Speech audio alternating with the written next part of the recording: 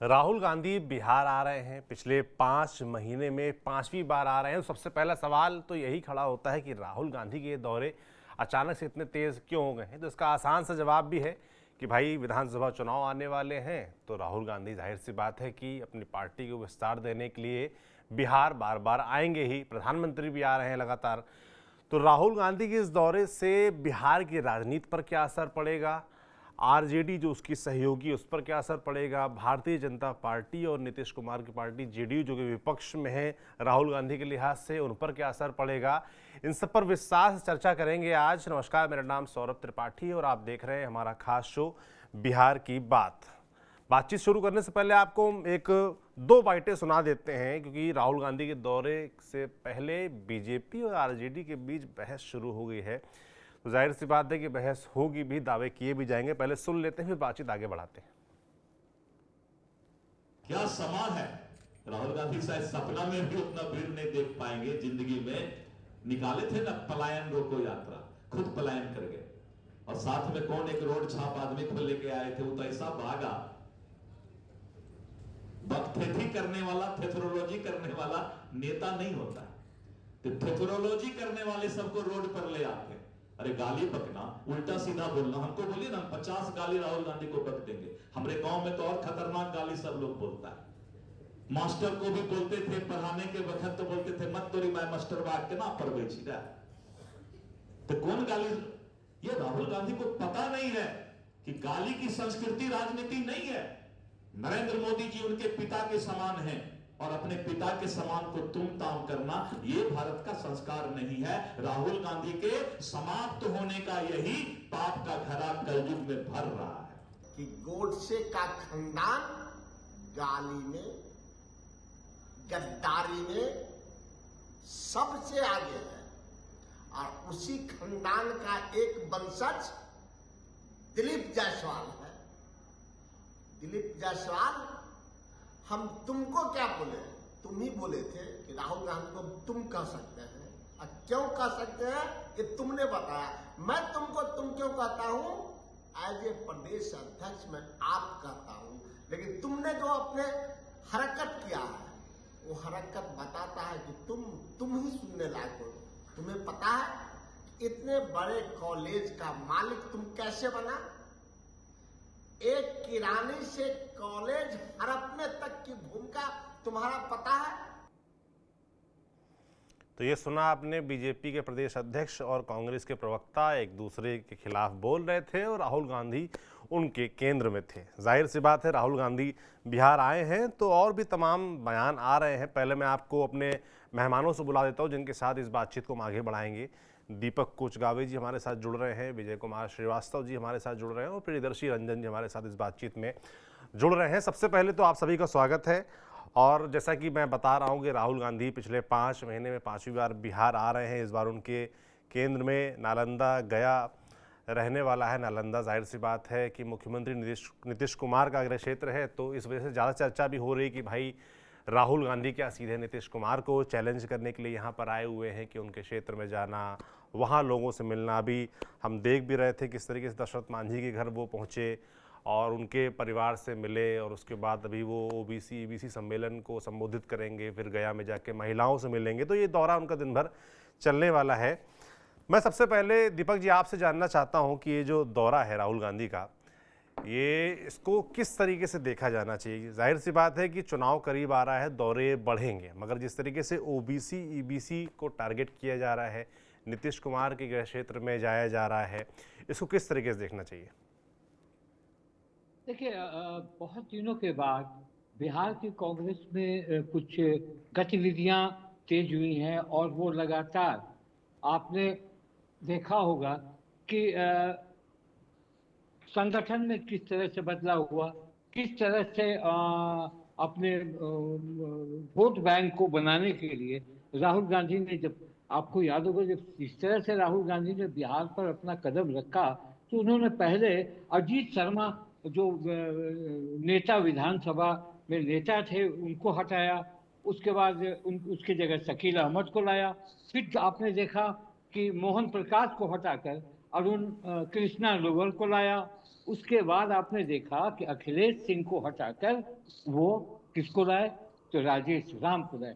तो यह मंशा समझ में आ गई कि जो राहुल गांधी हैं और या कांग्रेस है, कांग्रेस अपनी खोई हुई वोट जो बिहार में या देश में दलित और मुस्लिम का जो वोट था उनका, और जो फॉरवर्ड का भी वोट था, उसको पाने की कोशिश कर रहे हैं। तो आपने देखा होगा कि वो लगातार, आपको याद होगा कि इससे पहले भी राहुल गांधी आए थे संगठन को बहुत, यानी कांग्रेस के जो हमारे मित्रगण हैं, जो लोग कहते हैं कि राहुल गांधी बिहार के प्रति बहुत संवेदनशील है, इसलिए कि चुनाव है बिहार में, और ये सब जानते हैं कि बिहार से चुनाव की दिशा राजनीतिक पार्टियों की का बेस बनता है। आपको याद होगा कहीं ना कहीं राहुल गांधी अपनी दादी से प्रेरित हो रहे हैं। आपको याद नहीं होगा 77 के बाद जब जी कांग्रेस हार गई थी और बड़ी हालत खराब थी, यही बेलछी था जहां नरसंहार हुआ था, जी और इंदिरा गांधी को उस बेलछी में बारिश थी और उस बेलछी को जाना था, और जब वो हाथी पर चढ़कर गई थी तो पूरे देश दुनिया में फिर से उनका जो प्रचार हुआ, और जिस तरह से दलितों का, पिछड़ों का एकाएक कांग्रेस की ओर झुका हुआ, तो 80 में इंदिरा गांधी फिर दीपक जी, मुझे लगता है कुछ तकनीकी कारणों से हमारे साथ फिलहाल नहीं, फिर उनको जोड़ने का प्रयास करेंगे। विजय जी, आपके पास आता हूं। जैसा कि दीपक जी बता रहे थे कि बिहार की भूमि को उसमें लौट इंदिरा आए दीपक जी। गांधी जी आप दीपक जी, अभी आवाज कट गई थी आपकी, बोलिए। हाँ, तो इंदिरा गांधी जिस तरह से पैक हुई थी, तो राहुल गांधी कहीं न कहीं अपने दादी की पॉलिटिक्स को बिहार में आजमाना चाहते हैं, और जिस क्षेत्र में वो जा रहे हैं वो तो क्षेत्र नीतीश कुमार का है, जिन्होंने, आपको याद होगा 2007 में पासवान को छोड़कर उन्होंने दलित और महादलित का जो ये किया था। और जिस एरिया में आज आपने अभी कहा कि माउंटेन मेन के एरिया में, जहां मैं भी गया था, मैंने भी स्टोरी की थी वहां, तो जिस तरह से जीतन राम मांझी उस एरिया में अपने कुछ कंस्टिट्यूंसी में वोट लेते हैं, और नीतीश कुमार ने जितना उन लोगों के लिए काम किया था, उसको लेकर उस वोट को तोड़ने की इच्छा और पाने की इच्छा होगी। इससे पहले भी वो आए थे, संवाद सम्मेलन जब हुआ था तो उसमें दशरथ मांझी के पोते भागीरथ मांझी भी उस सभागार में से, गांधी सभागार में, जो बापू सभागार में जो ये हुआ था। तो हमारा ये कहना है कि राहुल गांधी जो नीतीश कुमार के गढ़ में गए हैं, जहां महिला प्लस महादलित उनका कोर वोट बैंक है नीतीश कुमार को, आज वो महादलितों के गांव जा रहे हैं, आज वो महिलाओं से गया में सीधा संवाद करेंगे, संविधान को लेकर राजगीर में मंथन करेंगे। तो कहीं ना कहीं, और आज शायद नीतीश कुमार दिल्ली में हैं और राहुल गांधी उनके क्षेत्र में है, तो कांग्रेस में गति आई है, इसमें दो मत नहीं। जिस तरह कांग्रेस सोई पड़ी थी उसको राहुल गांधी ने जगाने की कोशिश की है, और लगातार बिहार दौरा कर रहे हैं। तो ये है कि अब आज का जो उनका टर्नअप है, आज जिस तरह से राहुल गांधी बिहार में हुक्कार भरेंगे, तो उसको देखने वाली बात होगी। वो बड़े पार्टी के तौर पर बड़ा भाई भी बनना चाहते हैं, ये देखने वाली वोट है कि कितना इनके भाषण का प्रभाव पड़ता है। आप देखिए, इसमें माला पहना रहे हैं, और दशरथ मांझी माउंटेन मैन, दशरथ मांझी ने बहुत बार कहा था, हम लोग उस समय थे जबकि वो एक बार नीतीश कुमार ने सम्मानित किया था उनको, क्या उन्होंने अपनी कुर्सी पर बिठाया था, मगर उनका ये कहना था कि जो होना चाहिए था वो कुछ नहीं हुआ। तो ये बड़ा मौका है, और जिस तरह की राजनीतिक परिस्थितियां अभी बिहार में है, मुख्यमंत्री जी को लेकर जिस तरह की चर्चाएं हैं, ये बहुत मुश्किल है कि किस तरह राहुल गांधी उनके नालंदा के एरिया में सेंध मारेंगे, क्योंकि नालंदा के विकास के लिए नीतीश कुमार ने बहुत काम किया। आपने देखा होगा राजगीर में जिस तरह स्पोर्ट्स कॉम्प्लेक्स बना, जिस तरह से वहां पर गतिविधियां हुई, तो यह बहुत मुश्किल है। अगर वो तोड़ पाते हैं तो एक बड़ी जीत होगी। बिल्कुल, आप कह रहे हैं कि राहुल गांधी इस दौरे के जरिए एक मैसेज देने का प्रयास करेंगे, जिस तरीके से इंदिरा गांधी ने सत्ता गंवाने के बाद 77 के बाद 80 चुनाव के पहले वो बेलची पहुंची थी, उन्होंने एक मैसेज दिया था जिसमें वो कामयाब भी हुई थी। वही प्रयास है। मैं देख रहा हूँ कि राहुल गांधी का भाषण भी शुरू हो गया है और जिस तरीके से वो बातें बोल रहे हैं, मैं आप सबको बता दूं, राहुल गांधी बोले हैं कि प्राइवेट हॉस्पिटल के लिए सरकारी ज़मीन देते हैं, लेकिन एक भी हॉस्पिटल के मालिक का नाम दलित का बता दीजिए। सारे के सारे कॉलेज स्कूल में दलित नहीं है, ज़मीन आपकी और मालिक कोई और। लिस्ट निकाल कर देख लीजिए। मतलब कि वो कह रहे हैं कि एक भी दलित के नाम का प्राइवेट अस्पताल नहीं है, प्राइवेट अस्पतालों के मालिक दलित नहीं, वो इस चीज़ को मुद्दा बना रहे हैं। इसके अलावा वो कह रहे हैं कि बजट में दलित पिछड़ा अति पिछड़ा के लिए कुछ नहीं है, इस तरह की बात वो कह रहे हैं। बच्चों के भविष्य को लेकर वो कह रहे हैं कि बच्चों से झूठ नहीं बोलना चाहिए। वो कहते हैं मैं अभी आया, एक छोटी सी बच्ची से मिला, उसने कहा कि वो डॉक्टर बनेगी। मैं जानता हूं कि देश उस बच्ची से झूठ बोल रहा है, मैं जानता हूं कि वो बच्ची डॉक्टर नहीं बनेगी क्योंकि वो अति पिछड़ा समाज से आती है। मैं ऐसा देश नहीं चाहता जो अपने बच्चों से झूठ बोलेगा। इसके अलावा वो कह रहे हैं कि सब कुछ प्राइवेट कर दिया है, भाई अडानी अंबानी के हाथ में सब कुछ सौंप दिया है, तो वो अपनी ये सब बातें कह रहे हैं। विजय जी, ये जो बयान है और जो दीपक जी बोल रहे थे कि वो मैसेजिंग का प्रयास कर रहे हैं राहुल गांधी, और उनको लगता है कि बिहार एक बड़ा मंच है, ना सिर्फ बिहार के लिहाज से बल्कि पूरे देश के लिहाज से अपना मैसेज पहुंचाने के लिए, कैसे देख रहे हैं इस दौरे को? नमस्कार, बहुत शुभकामनाएं जी। देखिए, बिहार का दुर्भाग्य है कि जो राजनीति की संस्कृति बिहार की है वो आने वाली पीढ़ियों के लिए बहुत दुखदाई है।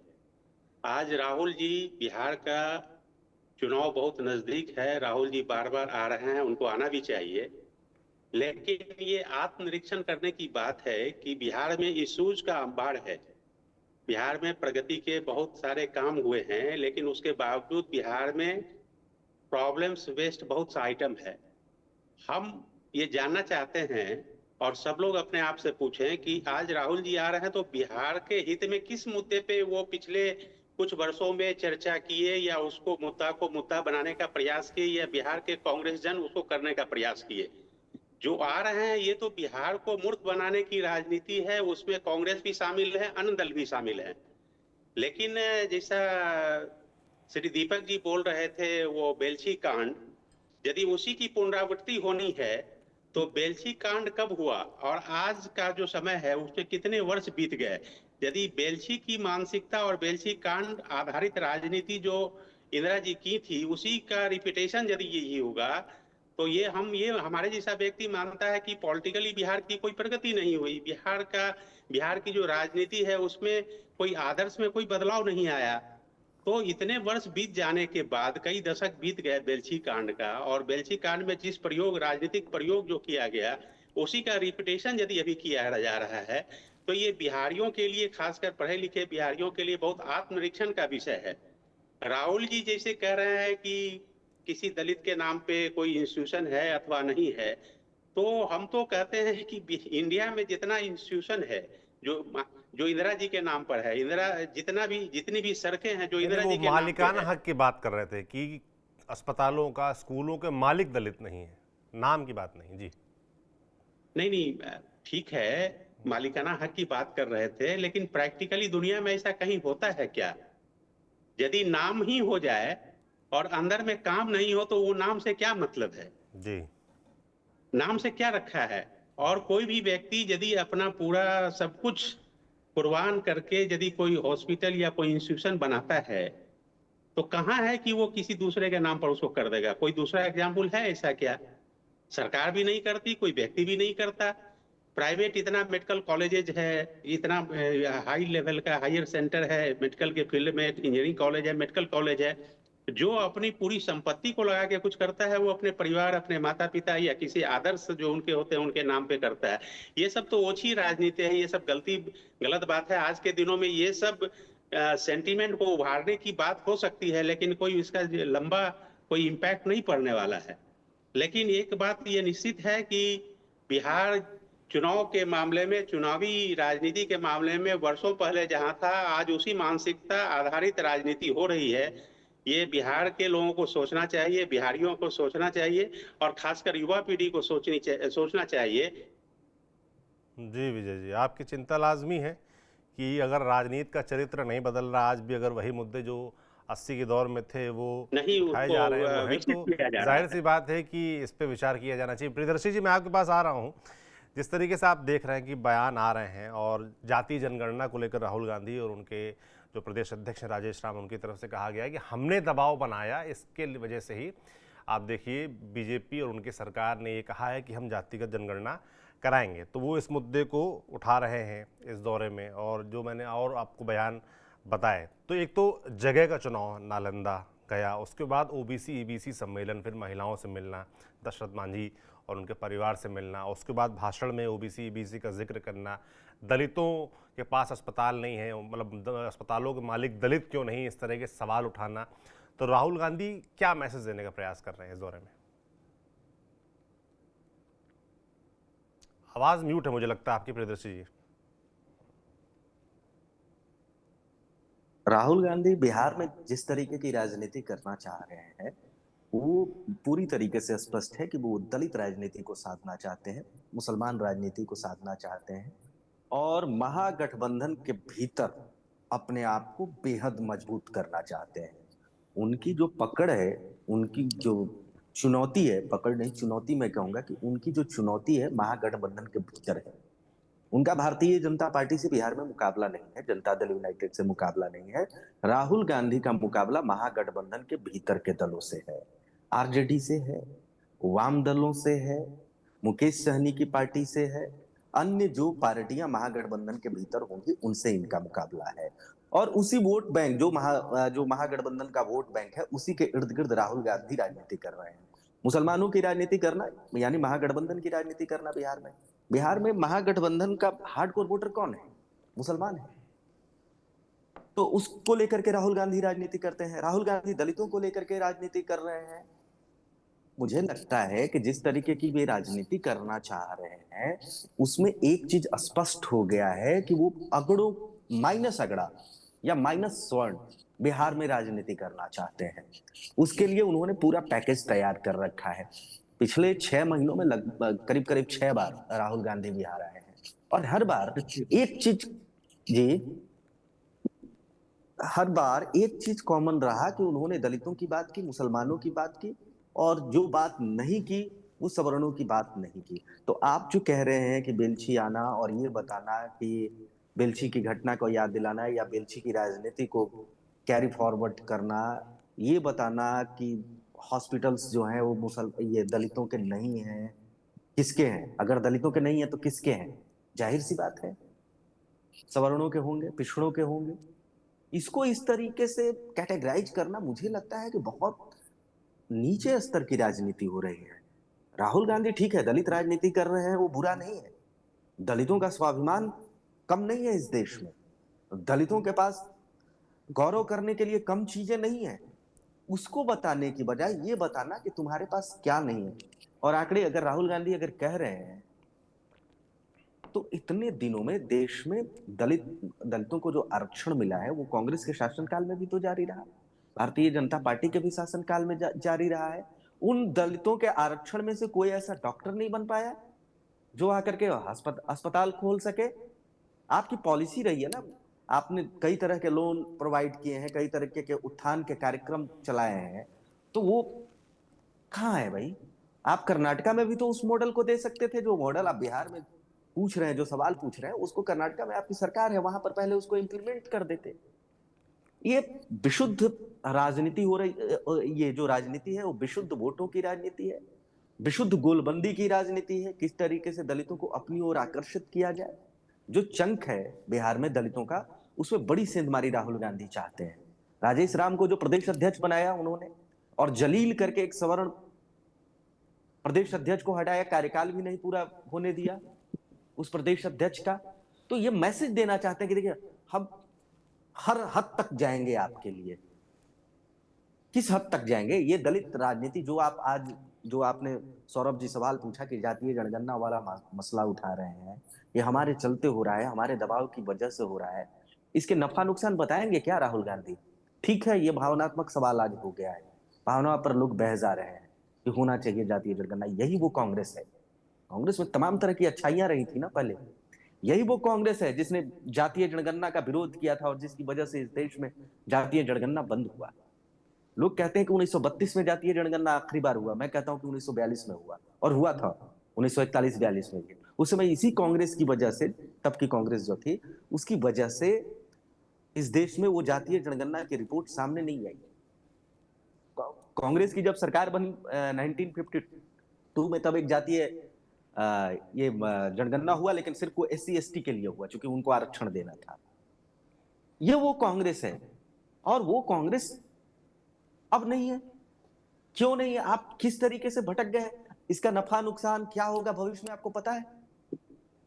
नहीं पता है। आप सिर्फ भावनात्मक तौर पर सवार होकर के जिधर चले जनता कह रही है ये मुद्दा है तो उठा देते हैं। गिनाइए ना उसके नफा नुकसान, आप वोट में तब्दील कर पाएंगे, जाति गिन करके आप वोट भी गिन लेंगे, लेकिन उसके उनके उत्थान का क्या होगा? आप एक समाज में वैमनस्यता फैला रहे हैं। इसी भारत में यही तो बात कही गई थी ना कि अंग्रेजों ने किस तरीके से देश पर हुकूमत किया, तो भारत की जातियां गिन करके फूट डालो राज करो के सिद्धांत के मूल में क्या था? यही तो था जातीय जनगणना। तो अब बीजेपी कराने जा रही है, तो इसके बारे में क्या सोचना है आपका फिर? हाँ, ये सही, ये मसला है। भारतीय जनता पार्टी इस मसले पर जो पहले थी बाद में नहीं रही। बहुत दुख हुआ जिस तरीके से प्रधानमंत्री ने, ये मेरी व्यक्तिगत राय है, प्रधानमंत्री ने जब घोषणा की कि हम जाति गिनेंगे तो बहुत दुख हुआ। मुझे लगा कि एक स्टैंड पर अगर शुरुआती दौर से वो क्लियर रहते कि मुझे जाति गिनना है तब तो ठीक है, लेकिन जब आप दबाव में आकर के आपको भी लगा कि वोट तो नहीं बिखर जाएगा, हमारी जो राजनीति है वो टूट तो नहीं जाएगी। आप मान रहे हैं कि दबाव में आके बीजेपी की तरफ से ये किया गया है?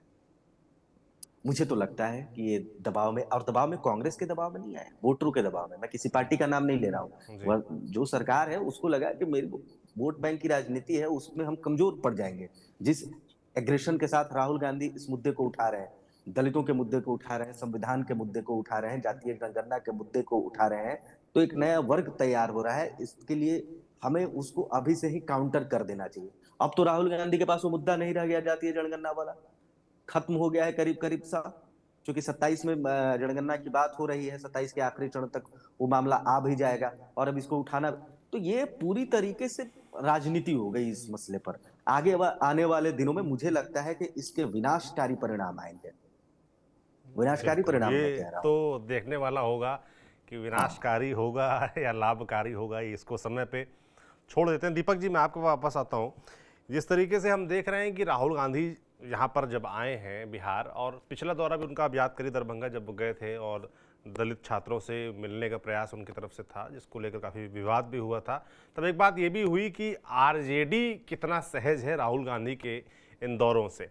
कहा गया कि आरजेडी के नेता साथ भी नज़र नहीं आते हैं इन दौरों में, इन बैठकों में। तो इसको कैसे देखा जाना चाहिए? राहुल गांधी की जो यात्राएं हैं, जो उनका सा एकदम से वो अपने आप को प्रभावी रूप से बिहार में पेश कर रहे हैं, कांग्रेस पार्टी को लगातार पुश कर रहे हैं कि बिहार में उसका विस्तार हो, उसको लेकर आरजेडी का क्या पक्ष है? आरजेडी के मन में क्या चलता है? आरजेडी इन दौरों को कैसे देखती है? पॉजिटिव देखती है, अपने पक्ष में देखती है, या उसको लगता है कि इससे हमारा वर्चस्व कम होगा, या कल को राहुल गांधी जिस तरीके से उनकी पार्टी अगर बढ़ेगी दलितों के बीच, मुस्लिमों के बीच, तो उनका से बढ़ेगा, कल को वो ज़्यादा सीटें मांगेंगे, ज़्यादा इन्फोर्स करेंगे खुद को। तो इसको कैसे देखते हैं? आरजेडी के लिहाज से कैसे इस दौरे को देखते हैं? पहले से मैं बताऊं, मैं आरजेडी पर तो आऊंगा, पहले ये बताऊं, ये तो आपका महागठबंधन है जिसके कन्वीनर हैं तेजस्वी यादव। आपको ये कंट्राडिक्शन नहीं लगता कि एनडीए के तमाम दलों के लोग कहीं भी कोई प्रोग्राम करते हैं तो एक साथ करते हैं, एक तरफ मूव करते हैं, एक तरफ प्रेस कॉन्फ्रेंस भी करते हैं, वो दिखाने की कोशिश करते हैं कि हम एक और हमारे मुद्दे एक है। ये अंदर क्या होगा दोनों तीनों चारों में ये नहीं कहता, मगर आपको ये नहीं लगता कि आप महागठबंधन में हैं, इतने बड़े इशू पर राहुल गांधी आप आ रहे हैं बिहार, क्या आपके घटक दल के लोग आपके साथ क्यों नहीं बैठ रहे हैं, या आप क्यों नहीं बैठने दे रहे हैं? ये तो साफ झलक रहा है कि कांग्रेस चाह रही है कि मैं एक ऐसी स्थिति पैदा कर दूं कि तेजस्वी यादव खुद ब खुद कहें कि यह 70 सीट लें या 50 सीट लें, या 80 सीट ले और हम बड़े भाई की भूमिका में मेरी टक्कर हो जाए भाजपा और ये हम दो नेशनल पार्टी बड़े भाई के रूप में दोनों घटक में आ जाए। तो देखिए तेजस्वी यादव तो अभी खुद परेशान है, उनकी परेशानी अब ये ओवैसी के साथ, ओवैसी इनसे हाथ मिलाना चाहते हैं, मिलेगा या नहीं मिलेगा ये अलग बात है। उनके घर में जिस तरह से विवाद है, जिस तरह से उनको पप्पू यादव घेर रहे हैं, जिस तरह से उनको प्रशांत किशोर घेर रहे हैं और जनता दल यूनाइटेड घेर रही है, तो वो तो छटपटाहट में है ना। तो उसमें ये था कि साझा कार्यक्रम नहीं है और वो जान रही है आरजेडी, ये नहीं जानते, उनका नाम घोषित नहीं किया, वो समझ नहीं रहे हैं कि भाई हमारा घोषित नाम नहीं हुआ। अगर उनको परेशानी है तो अकेले लड़े चुनाव कि हम नहीं कांग्रेस के साथ लड़ेंगे, तो कांग्रेस उनकी जरूरत है, तो बिना और कांग्रेस की जरूरत वो है। ये जो हो रहा है अकेला चल के, ठीक है, हर एक पार्टी को अपनी मजबूती दिखानी चाहिए, मजबूत होना चाहिए, गांव में अपने प्रोग्राम, ये अलग चीज है, मगर चुनावी वर्ष में नहीं, चुनाव से पहले 2 साल पहले ये काम क्यों नहीं हुआ था कांग्रेस से। आज जो हो रहा है, आज जिस तरह से वहां पर है, मैं अभी भी मानता हूं कि देखिए मैं किसी पार्टी का पक्षधर नहीं हूं, इतने लंबे कैरियर में मैंने भी बहुत करीब से इन लोगों को देखा है। मुझे लगता है कि ये सेहत के लिए, महागठबंधन की सेहत के लिए अच्छा नहीं, और अभी भी जनता के मन में कांग्रेस बिहार में उस तरह से अपनी जगह नहीं बना पाई है। अगर राहुल गांधी अकेले आते हैं, और इन लोग में एक चीज अब नया सिस्टम आया कि अगर पार्टी के कोई भी बड़े नेता और नहीं आते, इनके पास सचिन पायलट जैसे लोग हैं, इनके पास और बड़े नेता हैं, तो बिहार में राहुल खुद अकेला चलना चाहते, तो हमें लगता है कि आरजेडी के पास अब देयर इज नो अल्टरनेटिव। देखिए ये जो राहुल गांधी अभी जातीय गणना की बात हो रही थी, मैं आपको बताऊं दोनों बड़े दल जातीय गणना के विरोधी रहे, कांग्रेस भी रही। मंडल कमीशन पे आप जाइए, जब मंडल कमीशन का वो इम्प्लीमेंट हुआ था, उस समय कांग्रेस की क्या, यही महाचंद्र सिंह वगैरह कुछ लोग थे उस समय, कांग्रेस सड़कों पर क्या हालत थी, ये दोनों विरोधी थे। अगर जातीय गणना का कोई भी मसला बना, वो नीतीश कुमार और लालू प्रसाद यादव के ब्रेन से बना, ये जो समाजवादी लोग हैं उन्होंने बनाया, और ये जनता समझ रही है। जो बार बार राहुल गांधी कह रहे हैं कि मैंने कहा जाति गणना कराइए, उन्होंने कराया। तो ये मेरा कहने का मतलब है कि ये चुनाव वर्ष है, चुनाव वर्ष में आपने अभी भी देखा भाजपा की तरफ से किस तरह से प्रचार हो रहा है, किस तरह से बयानबाजी हो रही है, उनके अध्यक्ष क्या बोल रहे हैं, इनके अध्यक्ष क्या बोल रहे हैं, मगर जनता जो है वो भ्रमित होते जा रही है। आज कांग्रेस के प्रति किस भाव से जाएगा दलित, या बीजेपी के पास क्यों जाएगा दलित? दलित देख रहा है कि हमें कहाँ आराम है। ठीक है, दशरथ मांझी का इशू है, मैं मानता हूं कि दशरथ मांझी ने जो काम किया था, जब उस गांव में आप जाएंगे और जब लोगों से बात करेंगे, जब उस पहाड़ को आप देखेंगे, तो लगेगा कि एक छेनी से इतना बड़ा आदमी उसी बिल्कुल, इसमें कोई दो राय नहीं कि दशरथ मांझी का अपना एक अनोखा योगदान है और इसीलिए वो महत्वपूर्ण हो जाते हैं सिंबॉलिक स्तर पर। तभी राहुल गांधी ने उनके घर जाना चुना और उनके परिवार से मिले, और मुझे लगता है उनके बेटे ने, शायद ऐसी खबरें रिपोर्ट भी हैं कि राहुल गांधी से अपील की कि वो चुनाव भी लड़ना चाहते हैं। देखिए उसको लेकर राहुल गांधी और उनकी पार्टी, खासतौर महागठबंधन क्या फैसला करता है। विजय जी, मैं आपके पास आ रहा हूँ। जो मैं बात कर रहा था कि भाई जो राहुल गांधी का दौरा है और जो उनके भाषण है, लगातार जिस तरीके से कांग्रेस पार्टी एक्सपैंड करने का प्रयास कर रही है बिहार में, उसको लेकर आरजेडी क्या सोचती होगी? क्या वो सहज होगी राहुल गांधी के इन दौरों को लेकर, असहज होगी? कैसे लेती होगी राहुल गांधी का ये जो विस्तार है, उनका जो प्रोग्राम है लगातार बिहार में? सौरभ जी, बहुत ईमानदारी के साथ कोई भी बिहार को जानने वाला व्यक्ति इस बात को कहेगा कि बिहार में आरजेडी का जो जनाधार है, जो ट्रेडिशनल जनाधार है, वो आज भी आरजेडी के साथ है जी। अब जो राहुल जी कर रहे हैं, महागठबंधन का पार्ट होते हुए बिहार में जो कर रहे हैं वो आरजेडी की नजरों में उपद्रव है निश्चित रूप से।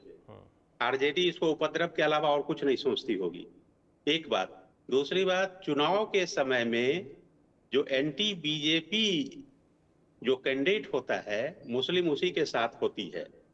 अभी आप मान रहे हैं कि मुस्लिम वोट आरजेडी के साथ है, कुछ कांग्रेस के साथ है, लेकिन इलेक्शन के दिन यदि मुस्लिम वोट को लगेगा कि ये अमुक व्यक्ति बीजेपी को हरा सकता है तो मुस्लिम वोट उधर ही उसका झुकाव होता है। लेकिन संपूर्णता में देखें तो आरजेडी का जो जनाधार है, जो था, वो आज भी है और आगामी बिहार विधानसभा चुनाव में भी वही रहने वाला है, क्योंकि उनके जो दो माई समीकरण की जो शक्ति है उस शक्ति में कोई कमी नहीं आई है। माननीय नीतीश जी मुस्लिम कम्युनिटी के लिए बिहार में बहुत काम किए हैं, उसके बावजूद भी मुस्लिम कम्युनिटी का झुकाव जदयू के तरफ, माननीय नीतीश जी की तरफ नहीं होता है और वोट भी उस लिहाज से उतना नहीं मिलता जितना नीतीश जी को मिलना चाहिए मुस्लिम का। ये ऑन रिकॉर्ड है, ये कटु सत्य है, अकाट सत्य है। राहुल जी एनडीए महागठबंधन का पार्ट होते हुए जो कर रहे हैं वो निश्चित रूप से आरजेडी के लिए वो विचित्रताओं से ओतप्रोत मामला है। राहुल जी यदि भाजपा को बिहार में समाप्त करना चाहते हैं तो बहुत ईमानदारी के साथ आरजेडी के साथ मिलकर महागठबंधन के सारे घटकों को लेके एक सूत्र बना के उनको काम करना चाहिए। हम तो समझते हैं कि राहुल जी जैसा कर रहे हैं और जो कर रहे हैं ना पढ़े लिखे बिहारियों के नजर में अच्छा कर रहे हैं, ना आरजेडी के नजर में अच्छा कर रहे हैं और महागठबंधन के जितने भी घटक हैं उनके नजर में भी अच्छा नहीं कर रहे हैं। लेकिन ये कांग्रेस का जो दौर है, जो अभी वर्तमान दौर राहुल जी के नेतृत्व में, तो वो तो कौन मार्गदर्शक है, उनके मार्गदर्शक मंडल में कौन कौन है, ये तो बड़ा विचित्र विषय है कि यदि किसी भी चीज के लिए कोई राइट डायरेक्शन में कोई प्रयास करता है तो देखने वाले को लगता है कि इनको उपलब्धि मिल जाएगी। लेकिन राहुल जी की विचित्र मानसिकता की आधारित जो राजनीति है उससे तो देखने वाला भी देखता है, देशवासी भी देख रहा है और बिहारी तो देख ही रहा है। जैसा प्रिय रंजन जी बतला रहे थे कि ये बहुत गंदी बात हो रही है बिहार के भविष्य की राजनीति और आने वाली पीढ़ी के लिए, तो ये बहुत ही क्या कहता है गलत हो रहा है। ऐसा बिल्कुल नहीं होना चाहिए। निश्चित रूप से महागठबंधन का जो उद्देश्य है कि बीजेपी को बिहार से अलग करना सत्ता से, तो इस तरह से नहीं हो सकता, कदापि नहीं हो सकता और कभी भी नहीं होगा। आरजेडी की जो ताकत है उससे किसी को इनकार नहीं किया जा सकता। आरजेडी अपनी ताकत को पहचानती है और आरजेडी से जो जुड़ा हुआ जनाधार है वो आरजेडी से भावनात्मक रूप से जुड़ा हुआ है। तो ये बिल्कुल आत्मनिरीक्षण करना चाहिए महागठबंधन के सारे दलों को। विजय जी, और बहुत सारी चीजें कांग्रेस ऐसी हैं जो मुझे लगता है कि समय के साथ ही क्लियर होंगी कि राहुल गांधी के प्रयास कितने सफल होते हैं, नहीं होते हैं। प्रियदर्शी जी, आपसे मैं थोड़ा समझना चाहूंगा, जो बात हम लोग कर रहे हैं कि भाई राहुल गांधी के जो दौरे हैं उसमें आरजेडी जिस तरीके से गायब है, और आरजेडी पिछले दौरे में हमने देखा साथ नज़र नहीं आई थी, दरभंगा में भी, इसमें भी मुझे लगता है नहीं नज़र आ रही है, बयान भी उतने आ नहीं रहे हैं। इसको आरजेडी कितना सहज होगी, या मुझे लगता है एक और पहलू इस पूरे सवाल का है कि क्या ये आरजेडी और कांग्रेस पार्टी के बीच आपस में तय हो रखा है कि आप अपना अलग निकलिए, दौरा करिए, मिलिए, जो नए वर्ग जोड़ सकते हैं। भाई जो अगर आप देखें आरजेडी का तो उनका वोट बैंक तय है, मुस्लिम और यादव उनका मजबूत वोट बैंक है। और राहुल गांधी जिस तरीके से जातिगत जनगणना की बात कर रहे हैं, आज ओबीसी ईबीसी सम्मेलन को संबोधित कर रहे हैं, महिलाओं से मिल रहे हैं, नीतीश कुमार का जो कोर एरिया है उसको टारगेट कर रहे हैं, तो यानी कि वो नए वर्गों को जोड़ने का प्रयास कर रहे हैं। तो इसको किस तरीके से देखा जाना चाहिए? क्या ये पर्दे के पीछे तय है कि आरजेडी और कांग्रेस भले सामने साथ नजर नहीं आ रहे हैं, महागठबंधन का तो हिस्सा दोनों ही है, मगर दोनों का है कि अभी एकला चलो, बाद में साथ लड़ना ही है? कैसे देख रहे हैं इसको, दोनों जो फॉर्मूले बताए मैंने? नहीं, दोनों से मैं सहमत हूँ और थोड़ा सा इसको मैं सिर्फ ब्रीफ कर देता हूँ। जी बताइए। देखिए, आपने कहा कि नया वोटर जोड़ने के लिए राहुल गांधी प्रयासरत है। बिल्कुल, दबाव वहीं से बनेगा महागठबंधन के भीतर कांग्रेस के लिए, वरना कांग्रेस को बहुत ज्यादा सीटें महागठबंधन के भीतर नहीं मिलने वाली है। महागठबंधन के भीतर जब टेबल पर बात होगी कि किसको कितनी सीटें दी जाए, तो ये तो तय होगा ना कि किसके पास कितने कितने वोटर्स हैं, क्या संख्या है उनकी। आप सीट ले लेंगे और वोटर ही नहीं है, जैसे आपने उदाहरण दिया ना, मुसलमान और यादव आरजेडी के साथ जुड़े हुए हैं, माले के साथ उस भी कैडर वोट जुड़ा हुआ है, वो अपना वाम दलों के साथ कैडर, और जो वाम दल हैं उनके साथ कैडर वोट जुड़ा हुआ है। लेकिन कांग्रेस टेबल पर जाएगी तो क्या कहेगी कि हमारे पास कौन सा वोटर है, हमारे पास कौन सा वर्ग है पूरी तरीके से इंटैक्ट है, या मैं किसकी राजनीति करता हूं बिहार में, बताना तो पड़ेगा राहुल गांधी को।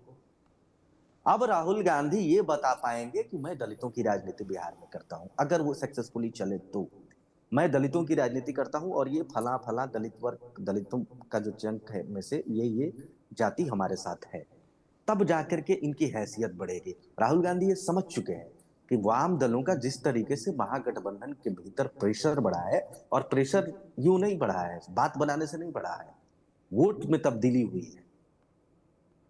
हम लोगों ने देखा किस तरीके से लोकसभा चुनाव में परिणाम रहा वाम दलों के पक्ष में, सीटें जीती। विधानसभा 2020 में भी वाम दलों ने बेहतरीन प्रदर्शन किया, और कहा तो यहां तक गया कि अगर वाम दलों को ज्यादा सीटें दी गई होती तो आज तेजस्वी यादव की सरकार होती। कांग्रेस की वजह से 2020 में महागठबंधन की सरकार नहीं बन पाई, 70 सीटें ले ली, 73 सीटें ले ली, और जीत करके ये कितने आए, इनका स्ट्राइक रेट बेहद खराब रहा।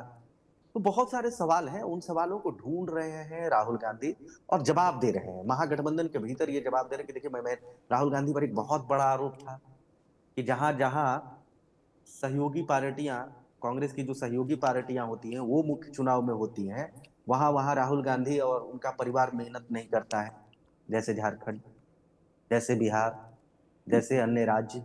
लेकिन जहां कांग्रेस मुख्य लड़ाई में होती है, वहां वहां राहुल गांधी मेहनत करते हैं। गांधी परिवार ज्यादा से ज्यादा दौरा करता है, जैसे मध्य प्रदेश, राजस्थान, महाराष्ट्र को भी इग्नोर ही इन लोगों ने एक तरीके से कर रखा है, या अन्य जो आंध्र प्रदेश, तेलंगाना, कर्नाटक वाले जो राज्य हैं वहां पर, इन राज्यों में कांग्रेस का जो गांधी परिवार है वो भरपूर मेहनत करता है।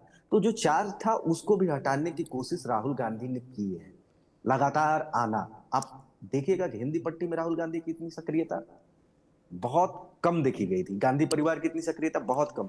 ये अपवाद है, या अपवाद कहिए या शुरुआत मानिए। राहुल गांधी शायद यहाँ से शुरू कर रहे होंगे कि बिहार बदल देंगे तो पूरे देश में मैसेज जाएगा। और दलितों की जो राजनीति, दलित राजनीति में राष्ट्रीय स्तर पर, नेतृत्व के स्तर पर एक वैक्यूम है, उसको राहुल गांधी फुलफिल करने की कोशिश कर रहे हैं। राहुल गांधी के साथ शुरुआत मुझे लगता है राहुल गांधी लोकसभा, पिछले जो लोकसभा चुनाव है उससे कर दी थी, और उत्तर प्रदेश समेत तमाम राज्यों में तमाम जानकारों ने ये बात कही भी कि जो जिस तरीके से दलितों को टारगेट करके, उनको भाषणों में अपने शामिल करके, उनके बीच जाकर जो माहौल बनाया, उसका कांग्रेस पार्टी को फ़ायदा भी मिला है। और मुझे लगता है उसी नीति को आगे राहुल गांधी बिहार में भी बढ़ाना चाह रहे हैं। और जिस तरीके से आप देख रहे होंगे कि हरियाणा और दिल्ली चुनाव के बाद कांग्रेस पार्टी ने एक थोड़ा सा अपना कार्यशैली बदली है, वो अपना क्षेत्रीय दलों के भरोसे थोड़ा सा अब कम रह के, थोड़ा उनके खिलाफ भी आप देखिए, जब बात करने की बात आती है और अपनी बात रखने की बात आती है तो मजबूती से रखते हैं, चाहे वो बिहार का उदाहरण हो, चाहे वो उत्तर प्रदेश की बात हो।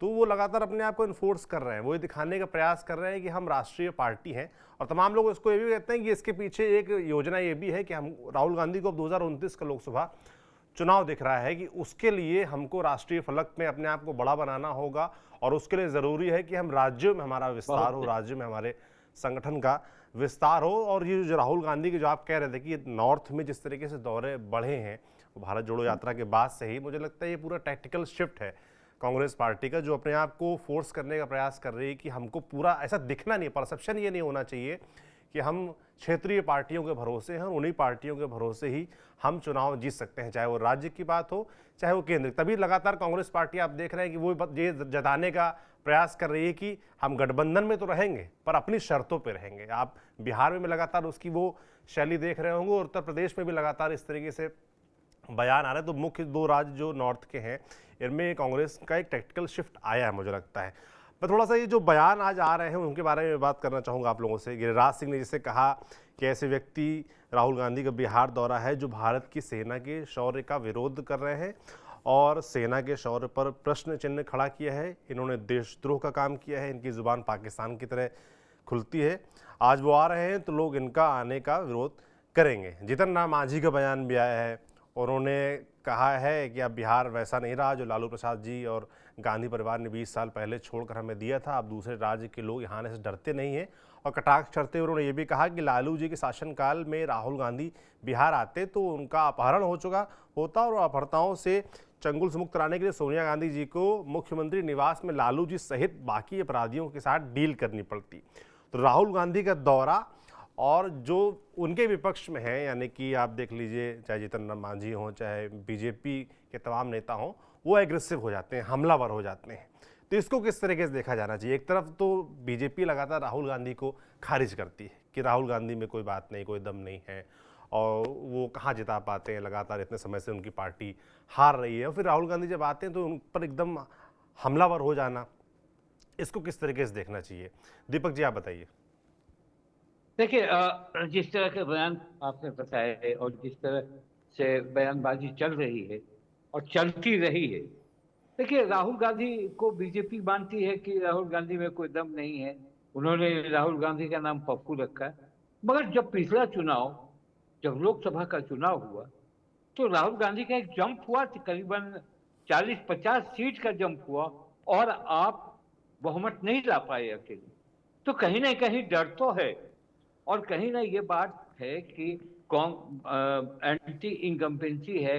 और क्यों बार बार राहुल गांधी? इग्नोर करना बेस्ट पॉलिसी होता है किसी को समाप्त करने के लिए।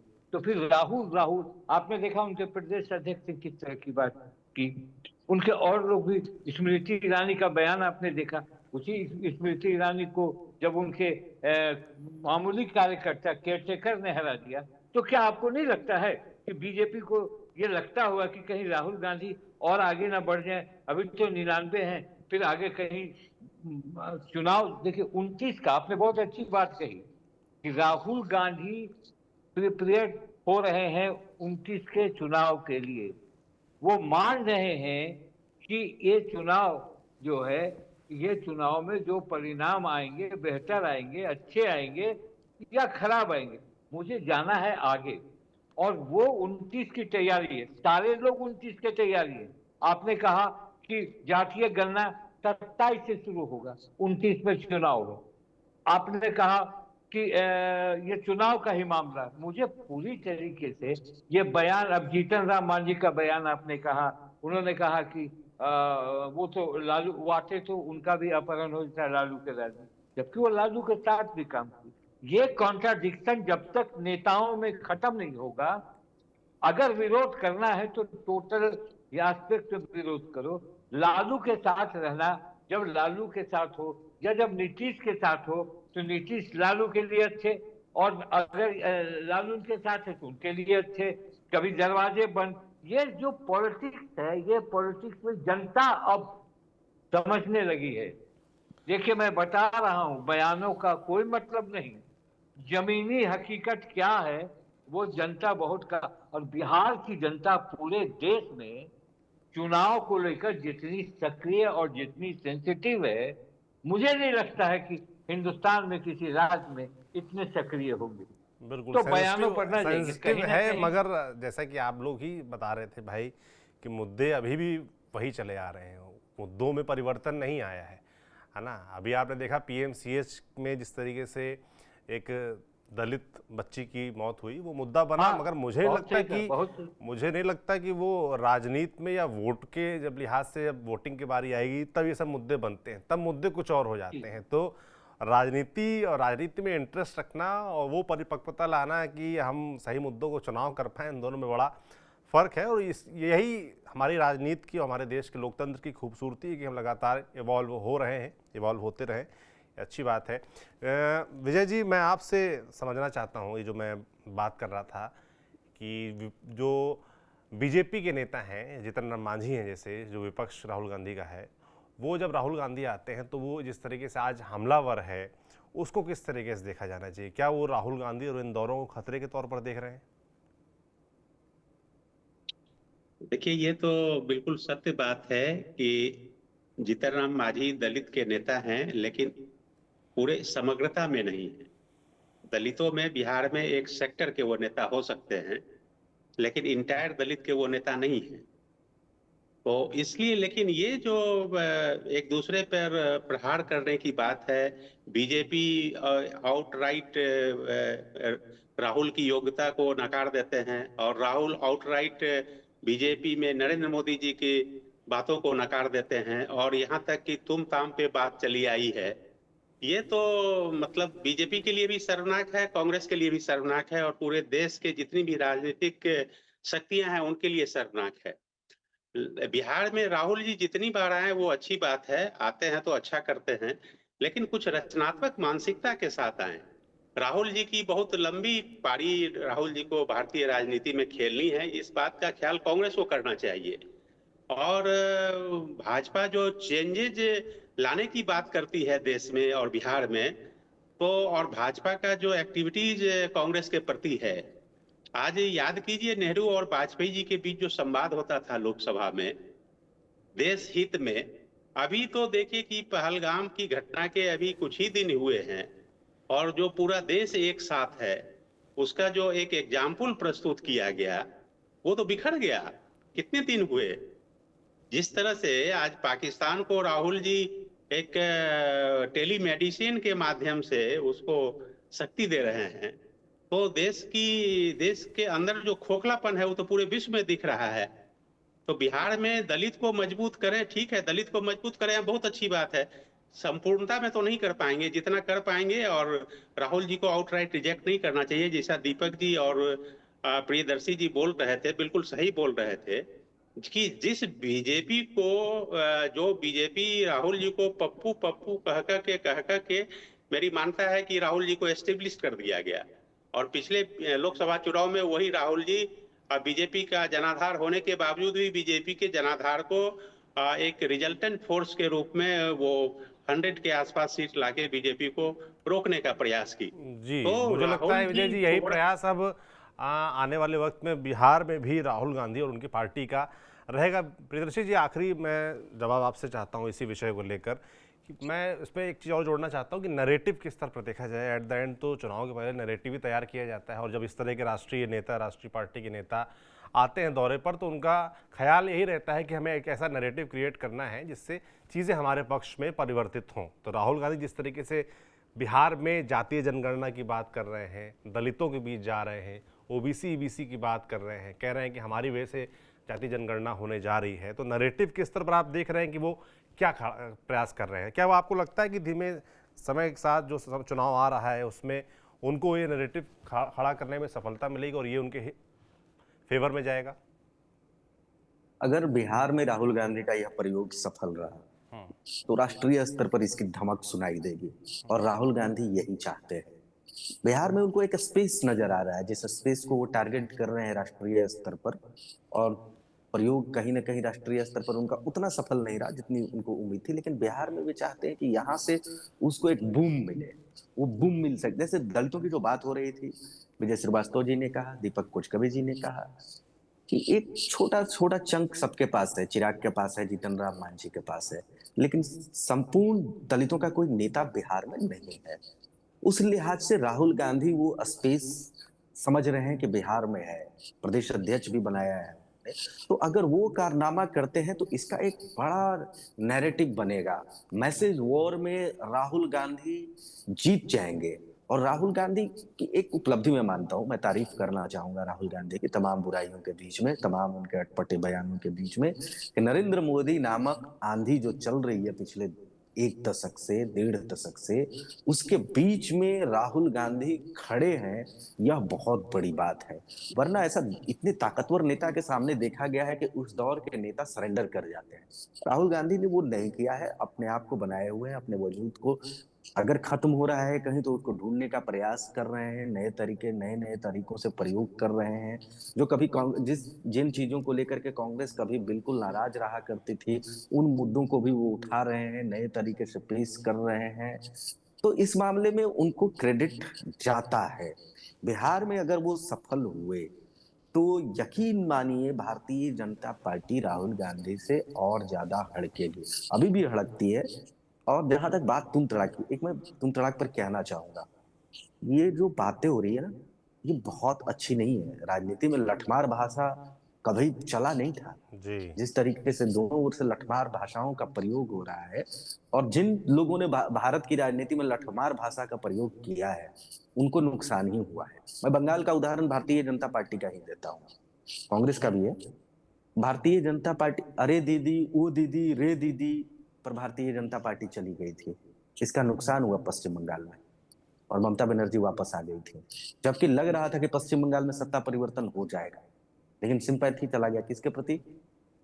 हरियाणा में वही हुआ, कांग्रेस की सरकार आ जाएगी, लेकिन वहां जो भाषा कांग्रेस की ओर से जो भाषा बोली बोली जाने लगी, राहुल ये अमित शाह पर, नरेंद्र मोदी पर जो लठबाज भाषा है हरियाणा की, वो जब बोली जाने लगी, तो वहां की हवा बदल गई और उम्मीदों के बिल्कुल उलट। प्रियदर्शी जी, थोड़ा समय की कमी है। आप जो कहना Thank you. चाह रहे हैं, मुझे लगता है दर्शक समझ गए होंगे कि भाषाई गरिमा का भी ख्याल रखना चाहिए। बाकी राजनीति है, आप राजनीति में अपने विस्तार के लिए प्रयास करेंगे, जाहिर सी बात है, चाहे वो राहुल गांधी हो, चाहे प्रधानमंत्री मोदी हो, चाहे नीतीश कुमार हो, सभी पार्टियों का एक अंतिम लक्ष्य तो यही है कि इसी तरीके सरकार में बने रहे ना, तो प्रयास जारी रहे। मगर राजनीतिक जो शुचिता है, गरिमा है, भाषाई गरिमा है, उसको बनाए रखना चाहिए। आप सभी लोगों का, दीपक जी, विजय जी, प्रियदर्शी जी, आप तीनों लोगों का बहुत बहुत धन्यवाद इस बातचीत में जोड़ने के लिए और हमारे दर्शकों को समझाने बताने के लिए कि राहुल गांधी की आखिर ये जो दौरा है उसके पीछे उनका मकसद क्या है। राहुल गांधी सफल कितना हो ये तो वक्त बताएगा।